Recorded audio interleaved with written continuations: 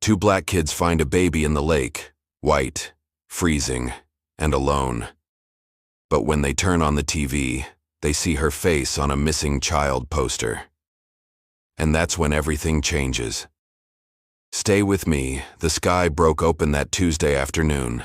The rain, falling like a blessing on the parched soil of Millfield. For 10-year-old twins Greg and Maya Johnson, it meant their fishing trip at Cedar Lake might be cut short. They had slipped away from Grandma Ellie's watchful eye during her afternoon nap, eager to try out the new fishing rods they'd received for their birthday last week. "Maybe we should head back," Maya suggested, pulling her yellow raincoat tighter around her small frame. The drops were getting bigger, splashing onto the muddy path that led down to their secret fishing spot. Greg shook his head, determination etched on his face. "Just a little longer," he said. "Dad said the fish bite better when it rains." The twins had been staying with their grandmother for 3 weeks now while their parents worked through what they called adult problems. Maya missed her own bed and the familiar sounds of her home. She knew Greg did too, though he'd never admit it. As they reached the lake's edge, something unusual caught Maya's attention. A soft sound, barely audible over the rain, drifted from a tangle of reeds about 30 feet away. "Did you hear that?" she asked, grabbing her brother's arm. Greg nodded slowly, his eyes scanning the shoreline. "Sounds like a baby," Maya finished, already moving toward the sound. What they found hidden among the tall reeds would change their lives forever. A small wicker basket, partially covered with a soaked pink blanket. Inside, a tiny baby girl with pale skin and wisps of blonde hair wailed weakly, her tiny fists punching the air. "Oh my God," Maya whispered, immediately slipping off her raincoat and reaching for the child. "She's freezing." Greg looked around frantically. Where's her mother? Who would leave a baby here? The infant couldn't have been more than a few months old. Her cries grew stronger as Maya lifted her from the wet basket, cradling her against her chest. "We need to get her warm," Maya said urgently, "and call somebody." "Police," Greg agreed, looking more scared than Maya had ever seen him. "But Grandma's house is closer than the police station." Maya nodded, already turning, back toward the path, shielding the baby from the rain. "Run ahead. Tell Grandma to call 911. As they hurried back through the woods, the reality of what they'd found began to sink in. Someone had left this baby alone by the lake, left her to die. Who would do something like this? Maya asked, her voice breaking. Greg didn't answer. He didn't have to. The same horrible thought was running through both their minds. Grandma Ellie's hands trembled as she wrapped the baby in fresh, dry blankets. Her face, usually so calm and steady, was pale with shock. "Lord have mercy," she murmured, checking the infant for injuries. "She seems okay, just cold and hungry." The police arrived within minutes, filling the small house with official voices and questions. Officer Jenkins, a tall woman with kind eyes, gently took the baby while her partner interviewed the twins about exactly where and how they'd found her. "You two did the right thing," Officer Jenkins told Greg and Maya. "You probably saved this little one's life." The twins watched as paramedics examined the baby before preparing to transport her to the hospital. Despite everything, Maya felt a strange connection to the child. Those big blue eyes had locked onto hers, with such trust when she'd first lifted her from the basket. "What will happen to her now?" Maya asked Officer Jenkins. "Well, we'll try to find her family," the officer explained. "And if we can't right away, social services will make sure she's taken care of." As the ambulance drove away, Greg and Maya stood on the porch watching until it disappeared around the corner. Their fishing trip seemed like it had happened days ago rather than just hours. "You think they'll find who left her there?" Greg asked quietly. Before Maya could answer, Grandma Ellie called them inside. "Come on now. You two need to get dried off and have some dinner. It's been quite a day." Later that evening, as they helped their grandmother wash the dishes, the local news came on the television in the living room. The reporter's voice caught their attention immediately. "Breaking news tonight. An infant reported missing from the neighboring county of Westridge was found alive this afternoon by 2 children near Cedar Lake. Authorities are not releasing details at this time, but have confirmed the child appears to be in good health. Meanwhile, police are searching for the baby's mother, who... Greg and Maya exchanged startled looks and rushed into the living room just as the station displayed a photograph on the screen. There, smiling back at them, was a familiar face, a young blonde woman holding the very same baby they had rescued. Below the image, bold text proclaimed, "Missing, Amber Sullivan, 24, and her 3-month-old daughter, Emily." Maya felt her breath catch in her throat. The baby wasn't abandoned.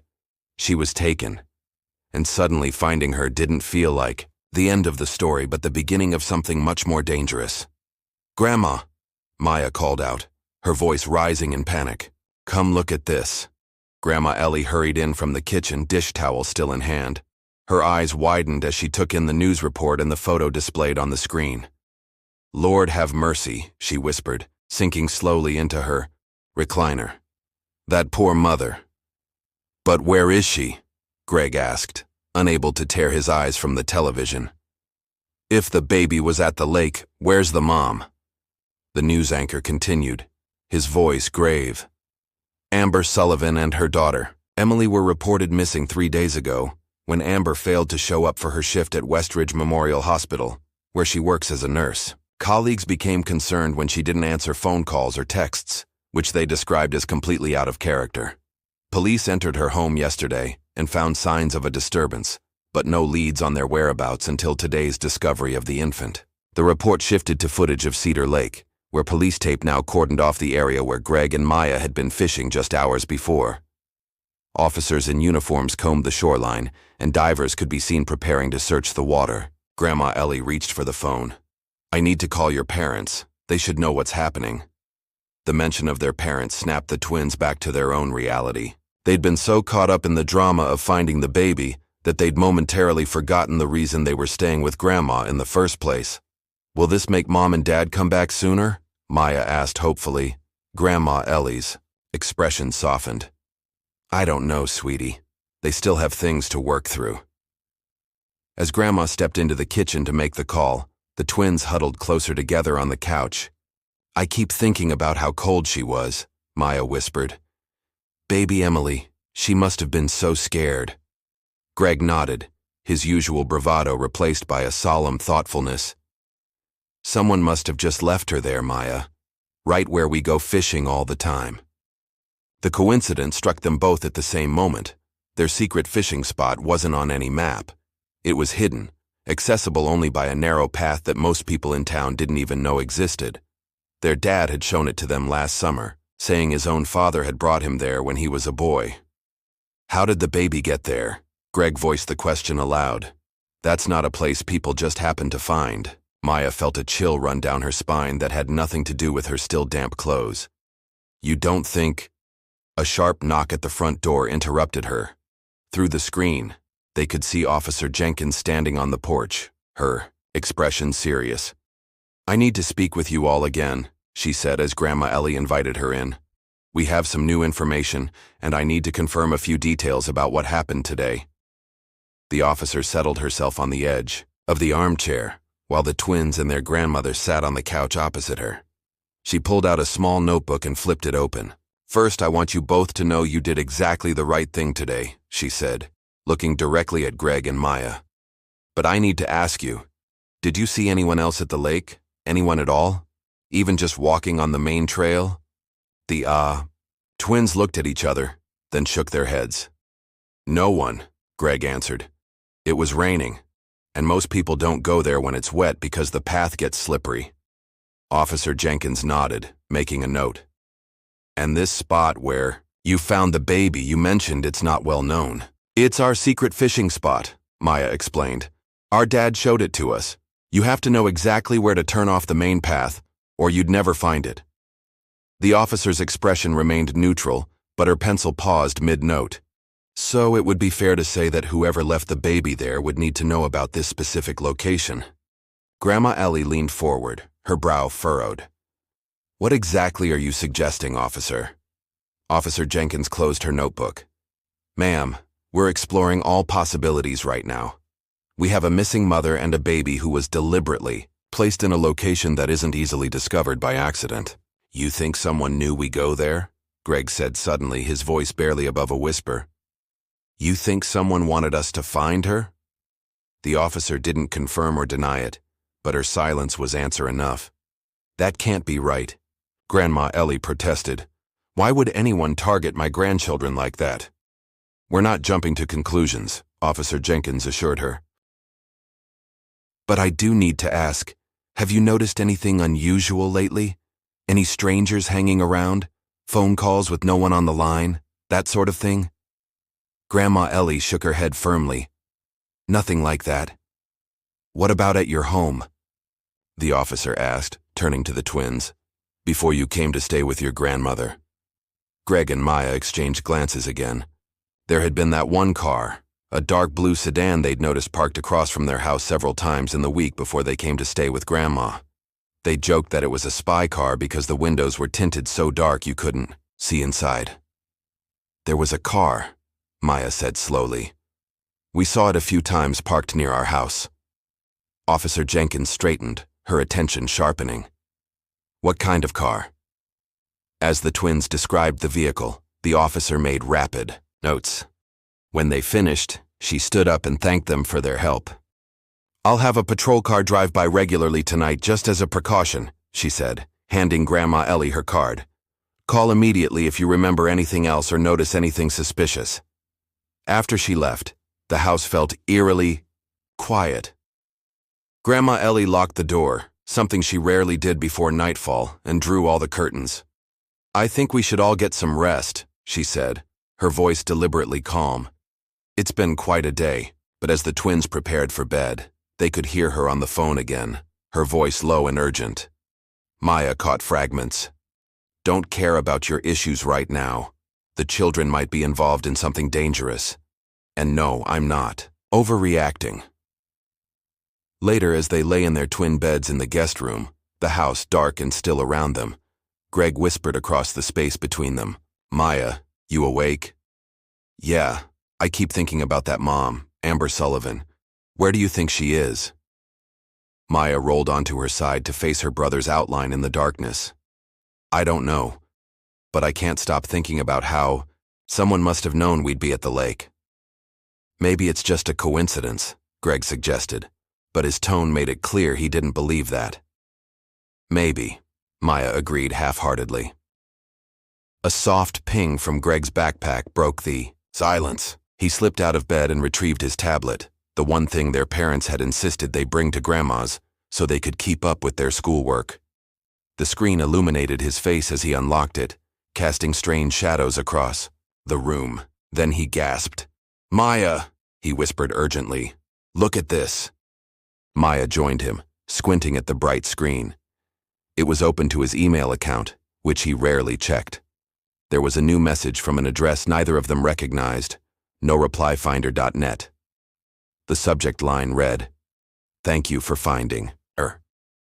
And the message contained just 4 words, Now find her mother.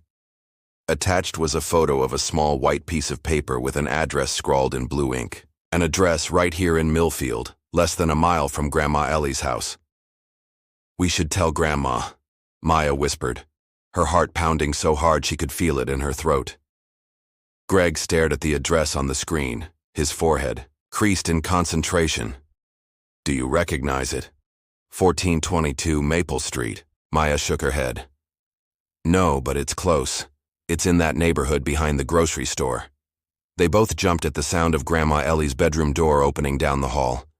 Quickly, Greg took a screenshot of the email, then closed the app and slid the tablet back into his backpack.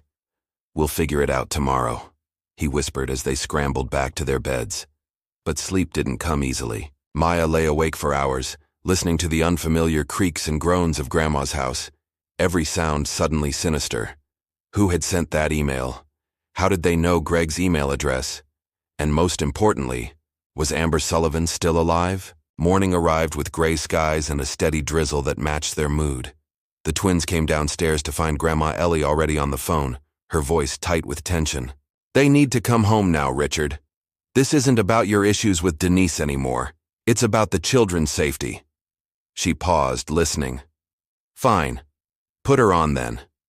She caught sight of the twins hovering in the doorway and forced a smile, covering the mouthpiece. "Your dad's getting your mom. Go ahead and get some cereal, kids." They obediently went to the kitchen but moved slowly, straining to hear the conversation. "Denise, please. I know you two have things to work through, but something's happening here." "No, I'm not exaggerating. The police think someone might have specifically wanted Greg and Maya to find that baby. I don't know why, but they're increasing patrols in the area." There was a long pause, and when Grandma Ellie spoke again, her voice sounded relieved. "Thank you. Yes, by dinner would be good. They miss you both." She hung up and joined them in the kitchen, her attempt at a carefree expression not quite reaching her eyes. "Good news. Your parents are coming this evening. They want to make sure everything's okay after all the excitement yesterday." Under normal circumstances, this announcement would have thrilled the twins. They exchanged glances, silently, communicating the same thought. How could they investigate the address if their parents were coming to take them home? "That's great," Greg said finally, his lack of enthusiasm obvious. Grandma Ellie sighed. "I know things have been hard, with them fighting, but they both love you very much. This situation with the baby has put things in perspective for them." Maya pushed her cereal around in the bowl. "Is the baby still at the hospital?" "I imagine so," Grandma replied. "Poor little thing. I wonder if they found any sign of her mother yet." "Maybe someone should look for her," Greg said, his eyes fixed on his bowl. "Maybe someone left clues." "The police are doing everything they can," Grandma assured them. "That's their job, not ours. Our job is to stay safe and let them handle it." After breakfast, Grandma announced she needed to run to the store to get a few things before their parents arrived. "I'll only be gone for an hour. The doors stay locked, and you don't answer for anyone except Officer Jenkins if she comes back. Understood?" The twins nodded solemnly, watching from the window as she backed her old station wagon out of the driveway. The moment her car disappeared around the corner, Greg turned to Maya. "We have to go to that address."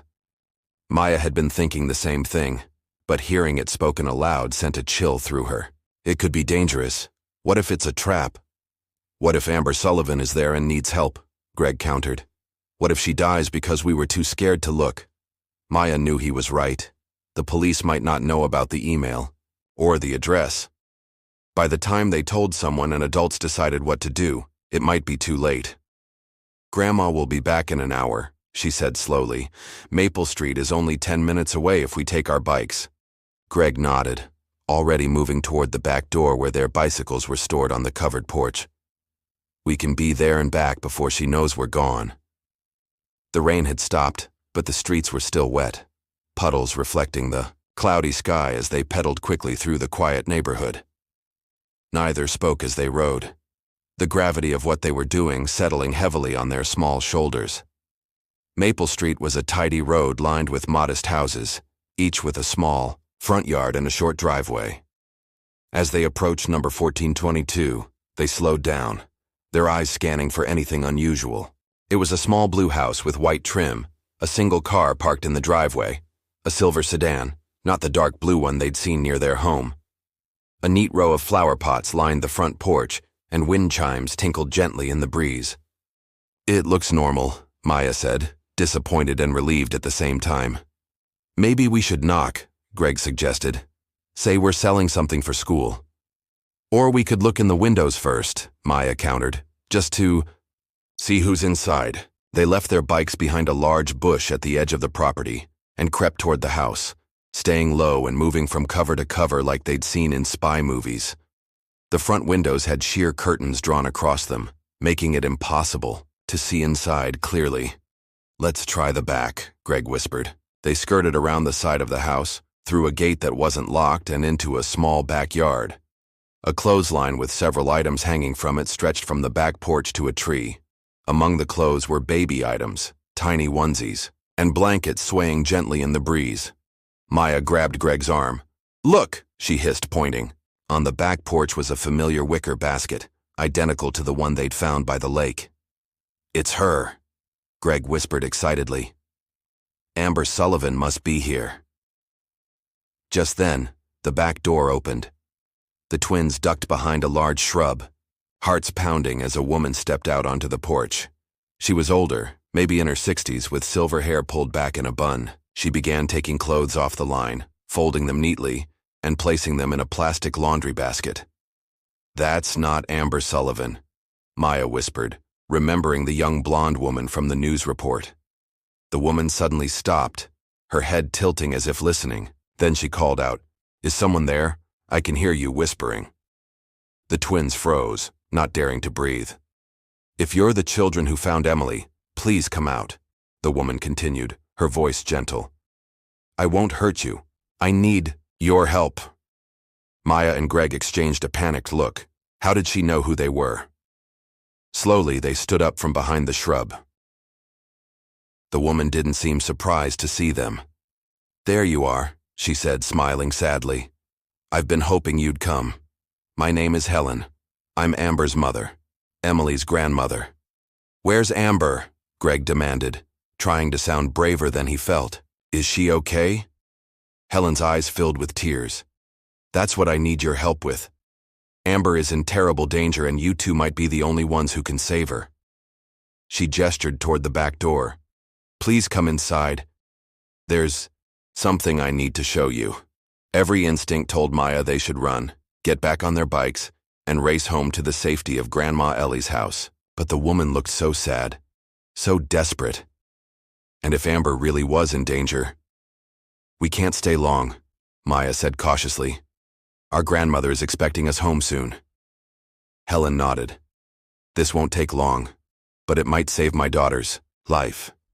Inside, the house was neat and cozy, with family photos covering the walls. Helen led them to the living room, where more pictures of Amber were displayed.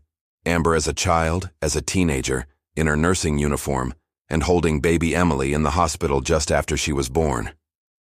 "Have a seat," Helen said, indicating the couch. "Would you like some lemonade? I just made it fresh this morning." "No, thank you," they replied in unison, perching nervously on the edge of the couch. Helen sat in an armchair opposite them and clasped her hands in her lap. "First, I want to thank you for saving Emily. If you hadn't found her when you did..." Her voice trailed off, and she took a deep breath to compose herself. "Why was she at the lake?" Greg asked. "Who put her there?"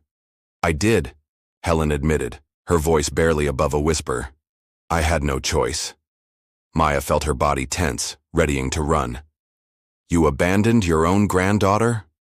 Helen shook her head vigorously. No. I knew you children would find her. I've been watching you for weeks. I knew you go fishing at that spot every Tuesday and Saturday." The revelation sent ice through Maya's veins. This woman had been stalking them. "Why?" Greg demanded. "Why us?" "Because you're special," Helen said, leaning forward. "Both of you have a gift." "What are you talking about?" Maya asked, confused and increasingly frightened. Helen stood and walked to a bookshelf, removing a photo album. She returned and opened it to a marked page, showing them a photograph. "This was taken 15 years ago," she said. The twins leaned forward to look.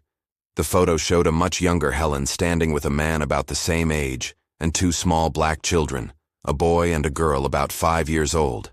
"These children," Helen said, pointing to the young faces in the photo, "were Greg and Maya Johnson, your parents." "That's impossible," Greg said, staring at the photograph. "These can't be our parents." Maya leaned closer, her eyes tracing the familiar features of the children in the photo. The boy had the same determined set to his jaw that their father had. The girl's smile, bright and slightly crooked, was unmistakably their mother's. "It is them," she whispered. "But how?" Helen returned the album to its place on the shelf. "Your parents lived with me and my husband as foster children for nearly 2 years. They were the same age as you are now when they came to us." The twins exchanged shocked glances. Their parents had never mentioned being in foster care or living with this woman. "Your father, Richard, was quiet but brilliant," Helen continued, a fond smile softening her features. "And your mother, Denise, she was fierce, always standing up for what she believed was right. They weren't siblings by birth, but they formed such a strong bond in the system that they considered themselves family. When they aged out of foster care, they stayed in touch, went to college together, and eventually fell in love. Maya struggled to process this information. Why had their parents never told them any of this? "But what does this have to do with Amber and the baby?" Greg demanded, his voice breaking through Maya's thoughts. Helen's expression grew serious again. "Amber is a nurse at Westridge Memorial. 3 weeks ago, she discovered something happening at the hospital, something illegal and dangerous. She was gathering evidence to report it when they realized what she was doing." "They?" Maya asked. "Who are they?" "People with power and influence," Helen replied vaguely. "People who would do anything to protect their secret." She moved to the window and carefully peered out through the curtains before continuing, her voice lower now. "Amber called me in a panic 4 days ago. She said they were coming for her and Emily. She managed to get Emily to me before they took her." "Took her where?" Greg asked. "I don't know," Helen admitted, her hands twisting together nervously. "But I found this." She pulled a folded piece of paper from her pocket and handed it to the twins. It was a note written in rushed, messy handwriting. "If anything happens to me, find Richard and Denise Johnson. They helped before. They can help again." "I've been trying to contact your parents for days," Helen explained. "But it's like they've disappeared. I couldn't go to the police. Amber warned me the people involved have connections there. I didn't know what to do. Then I remembered you two. I'd seen you around town, knew you were Richard and Denise's children." "So you left a baby by a lake?" Maya asked incredulously. "How does that make any sense?" "I knew you'd find her and do the right thing," Helen said defensively. "I made sure she was safe, wrapped warmly. I needed to create a situation that would get attention, would force your parents to come back to town without alerting the people who were after Amber." "That's crazy," Greg said, standing up. "You could have just come to our house and told our grandmother." "I tried," Helen exclaimed. "I drove by several times, but there was always a dark blue sedan parked nearby. They're watching your family too." Maya felt a cold shock of recognition, the car they'd seen near their house before they came to Grandma's. It matched Helen's description exactly. "You should have gone to the police anyway," Maya insisted. "Officer Jenkins seems trustworthy." "Maybe she is," Helen acknowledged. "But Amber was specific. She didn't know who to trust except your parents." Greg paced the small living room. "So what was Amber investigating? What did she find out that was so dangerous?" Helen hesitated. "She didn't tell me everything. She was trying to protect me, but it has something to do with babies." "Babies?" Maya repeated. "Yes. Amber works in the maternity ward. She noticed discrepancies in the records, babies who were listed as stillborn, but who she was certain had been born alive, files that disappeared, parents who suddenly transferred to different hospitals just before delivery." Helen's voice trembled.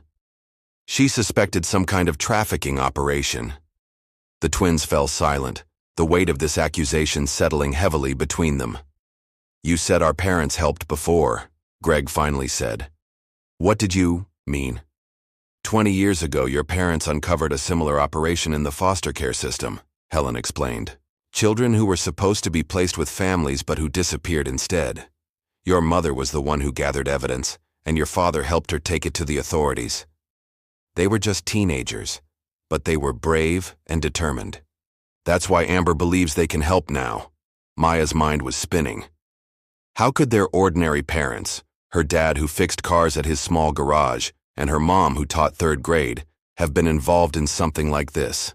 "We need to tell someone," she said firmly. "Our parents are coming tonight. We can tell them everything then." Helen's face paled. "They're coming here to Millfield?" Maya nodded. "Grandma called them this morning. They'll be at her house by dinner time." "Then we don't have much time," Helen said urgently. "If they're being watched, we need to get to them first. We need to warn them." "Our grandmother is probably home by now," Greg said, checking his watch. "She's going to be so worried when she finds us gone." "Call her," Helen suggested, offering her phone. "Tell her you went for a bike ride and lost track of time. Don't mention coming here." Maya took the phone hesitantly. It felt wrong to lie to Grandma Ellie, but what choice did they have? If what Helen was saying was true, This was about more than just finding Amber. It was about stopping whatever terrible thing was happening at the hospital. After a brief, tense conversation with their grandmother, who was indeed frantic with worry, the twins agreed to Helen's plan. They would return to Grandma's house as quickly as possible and wait for their parents. When they arrived, they would find a way to speak to them privately and explain everything. "But what about Amber?" Maya asked as they prepared to leave. "If she's in danger, shouldn't we be looking for her?" "The best way to help Amber is to get your parents involved," Helen insisted. "They'll know what to do." She hesitated, then added, "There's something else you should know. Something I haven't told you yet." The twins paused, at the door, turning back to face her. "Amber left something with Emily when she brought her to me. Something she said was evidence." Helen disappeared into another room, returning moments later with a small USB drive, which she pressed into Maya's hand. "Guard this with your life, it's what they're really after." Maya slipped the drive into her pocket. "What's on it?" "I don't know, but Amber said it proved everything. Names, dates, where the babies were taken." Helen's eyes filled with tears. "Please help my daughter. She was only trying to protect those children." As they left Helen's house and retrieved their bikes, neither twin spoke. The weight of responsibility felt overwhelming. A missing woman, a trafficking operation, a USB drive full of dangerous secrets, and parents who apparently weren't who they'd always thought they were.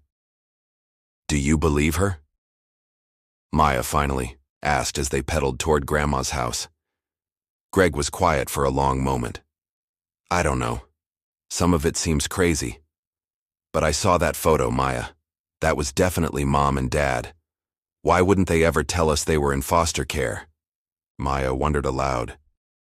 Or that they knew Helen. "Maybe because of whatever happened back then," Greg suggested. "Maybe it was too dangerous to talk about." They rode in silence for another block before Maya spoke again. "What if this is all connected to why they've been fighting? What if it's not just adult problems like they told us?" Before Greg could respond, a car turned onto the street ahead of them. A dark blue sedan with tinted windows, the same kind they'd seen near their house, the same kind Helen had described. "Greg," Maya whispered, slowing her bike. "I see it," he replied tensely. "Just act normal. It's probably nothing." But as they continued riding, the car slowed to match their pace, keeping a steady distance behind them. "It's following us," Maya said, her heart pounding. "Turn here," Greg ordered, abruptly veering down a side street.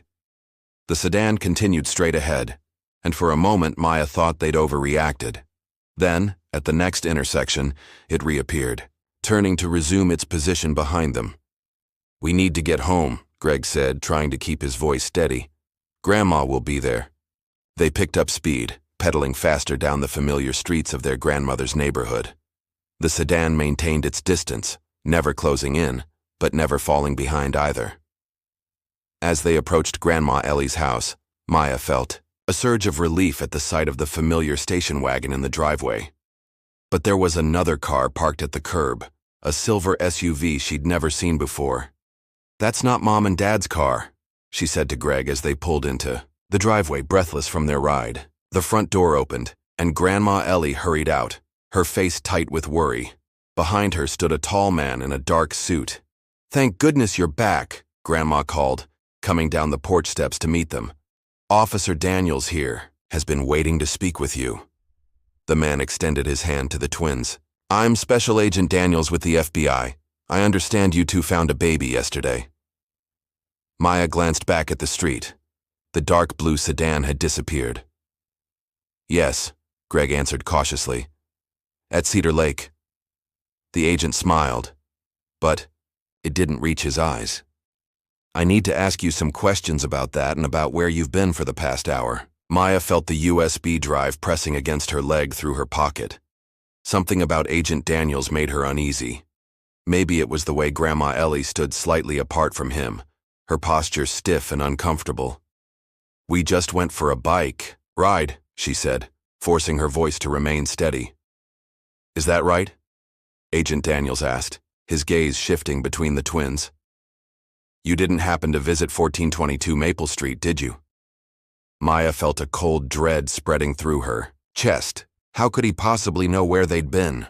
"Your parents just called," Grandma Ellie interjected, her voice unusually high. "They're running late. They won't be here until tomorrow morning." The way she emphasized the words, her eyes fixed intently on the twins, sent a clear message. Something is wrong. "Well then," Agent Daniels said smoothly, "that gives us plenty of time to chat. Why don't we all go inside?" As they turned toward the house, Maya caught sight of something that made her blood run cold. Through the living room window, visible for just a moment, she saw Officer Jenkins sitting on the couch, her hands bound and a dark bruise spreading across her cheek. Maya grabbed Greg's wrist, squeezing hard enough to hurt. Their eyes met, in silent communication. They'd both seen Officer Jenkins. "Actually," Maya said, thinking quickly, "I'm really thirsty from our bike ride.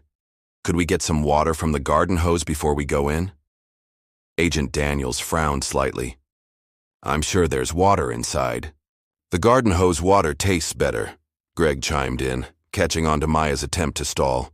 "It's weird, I know, but it's like a tradition when we bike to Grandma's." Grandma Ellie's eyes darted between the twins and the agent, confusion evident on her face.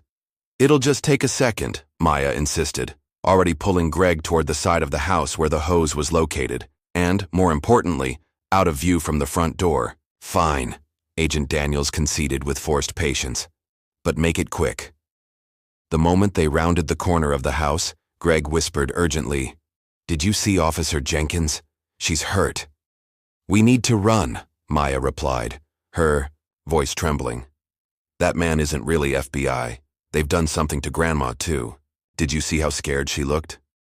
Greg nodded grimly. "But where can we go? They'll catch us if we try to bike away." Maya's mind raced. The back of Grandma's property bordered on a wooded area that led eventually to the park. If they could make it through those woods. The back fence, she decided. Come on. They crept along the side of the house, past the garden hose, and into the backyard. They could hear Agent Daniels' voice from the front of the house, growing impatient. "What's taking so long out there?" "We need to hurry," Greg urged, casting anxious glances back toward the house. They sprinted across the lawn, to the wooden fence at the back of the property. It was nearly 6 feet tall, too high for them to simply climb over. The loose board, Maya remembered suddenly. "Remember last summer when we were playing hide and seek?" Greg nodded, immediately moving toward a section of fence where one of the boards was slightly askew. With both of them pulling, they managed to create a gap just wide enough for them to squeeze through one at a time. "You first," Greg insisted. Maya hesitated. "I'm right behind you," he promised. She slipped through the gap, the rough wood scraping her arms as she pushed her small body into the dense undergrowth on the other side. Greg followed immediately after, carefully pulling the board back into place behind them. Just in time, they heard a door slam, followed by Agent Daniels' voice calling sharply, "Check the backyard." They must have run. The twins crouched, in the dense bushes, barely daring to breathe as footsteps approached the fence. Through a tiny gap between the boards, Maya could see a second man she didn't recognize walking around the yard, his hand resting on something at his hip, a gun. "They're not here," the man called after a moment. "Must have gone around to the front." The footsteps receded, and Maya released the breath she'd been holding. "Come on," she whispered to Greg. "We need to get deeper, into the woods." They moved as quickly and quietly as possible through the underbrush, thorns catching at their clothes and branches whipping their faces. Behind them, they could hear shouts and the slamming of car doors as the search expanded. "They're looking for the USB drive," Greg panted as they ran. Helen was telling the truth. But who are these people? Maya wondered aloud. And what have they done with Officer Jenkins and Grandma? They continued pushing through the woods for what felt like hours, but was probably only 15 minutes. Finally, they emerged onto the walking path that cut through the park.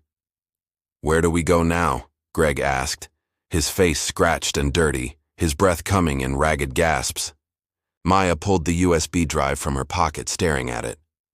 We need to see what's on this. We need to understand what's happening. The library, Greg suggested. We can use the computers there. It was a good plan. The public library was only a few blocks from the park, and it would be full of people. They'd be safer there than alone in the woods.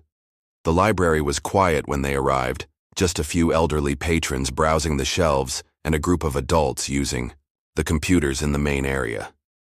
The twins made their way to the children's section at the back, where two computers sat unoccupied in a corner. Keep watch, Maya instructed as she sat down at one of the machines and inserted the USB drive. Greg positioned himself where he could see the library entrance while still looking over her shoulder. A folder opened on the screen containing several files with clinical-sounding names, patient records, transfer documentation, financial transactions, and correspondence. Maya clicked on patient records first.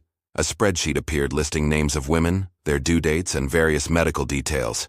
Next to each entry was a code, either RH or RH+. What does that mean? Greg wondered. I think it's blood type, Maya replied, scrolling through the document. Look, all these women are marked as having transferred to different hospitals, but they all have the same code, RH. She opened another file labeled correspondence.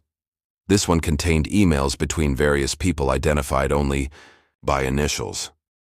The messages were filled with medical terminology that meant nothing to the twins, but certain phrases stood out. Rare blood phenotype, perfect match, high-value placement, and transportation fee. I don't understand, Greg said, frustrated. What does all this mean? Maya opened the financial transactions file next. This one was clearer. A list of payments, all for identical amounts, $250,000. Each payment corresponded to a patient from the first spreadsheet. They're selling babies, Maya whispered, the horrible truth dawning on her. Babies with some special blood type. Greg looked sick. Who would do something like that? People with money who need special blood, Maya guessed.